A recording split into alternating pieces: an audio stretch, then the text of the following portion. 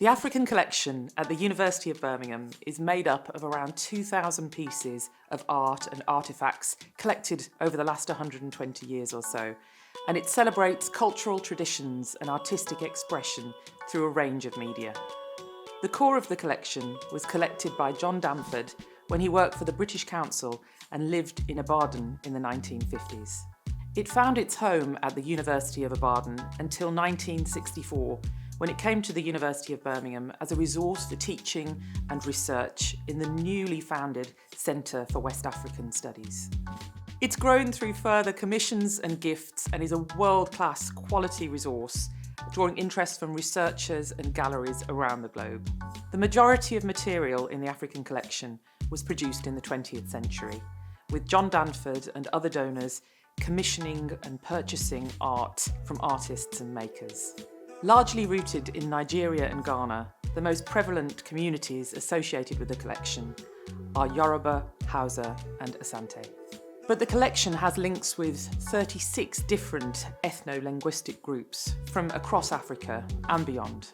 It includes work by artists such as Ben Nwanwu, Justus Akaradolu, Moshood Olusomo Bambagoye, Lamide Fakeye and George Bandele Oriogun. Nigerian modernist painting and sculpture are real strengths to the collection, especially an important group of works connected to the Zaria Art Society. This includes work by Yusuf Grillo, Clara Etso Ugbadaga Ngu, and Uche Akeke. We're carrying out new research and improving our documentation and digitisation so that we can share the collection across multiple online platforms and make it accessible to people around the world. We're currently part of 2 international platforms, Rethinking Relationships and Digital Benin.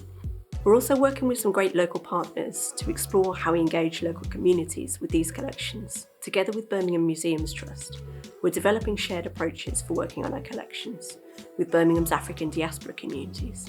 And our partnership engagement project, Africanise, brings in fresh perspectives, new artistic responses, and takes an explicitly decolonial approach. Through this work, we're asking people how should we care for the collection and how we can reflect the voices of the people for whom it holds the deepest meaning.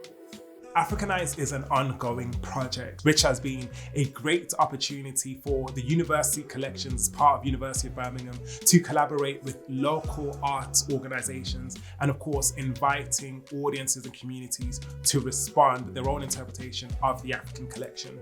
I myself have been using poetry, dance, theatre to facilitate those conversations, and then of course the art of interacting with people in a meaningful way in order for them to actually share what the African collection at the university means and what we can do to develop better representation. And I remember one moment in particular when we were talking about the museum culture and this idea of do not touch. And there was just this moment where we invited audiences and the participants in to come a little bit closer and actually get a feel of some of the sculptures and look at them at more detail. And this just really broke down that barrier as far as how they can also share their own interpretation, their own way of seeing things. My research project is interested in uncovering the living threads from the Adira cloths in the University of Birmingham's African collection. These cloths are believed to have been collected from Ibadan in the late 1950s by a British colonial officer and are now part of the University of Birmingham's African collection. The artists responsible for the designs are currently unknown. This research is needed to develop new ways of curating and interpreting African art in UK museums informed by African philosophies and oral histories. Ultimately, I'm interested in strengthening knowledge sharing between African universities and UK universities and prioritising insights from Yoruba experts living in Nigeria, where Yoruba art is concerned. I'm here to talk about my AHLC-funded research project, Beyond the Fattening Room, which I'm carrying out in collaboration with University Collections. This project puts art objects and lived experiences in dialogue with each other to identify and find solutions to the challenges currently facing women's health and well-being in Nigeria and African art collections in the UK. Bringing together the material culture of the African collection with social realities in Birmingham and Nigeria, the project opens an investigation into care, presentation, voice and community. 5 wooden figures depicting fattening room maidens from the African collection, such as this one here, play an important role in starting conversation that bridges time and inspires debate. We have a world-class resource. at the University of Birmingham. An African collection that is rich with amazing artworks and objects that support teaching, inspire research and artistic responses, and can offer a point of connection for communities on a global scale. We would love to hear from people that are interested in the collection and the work that we're doing.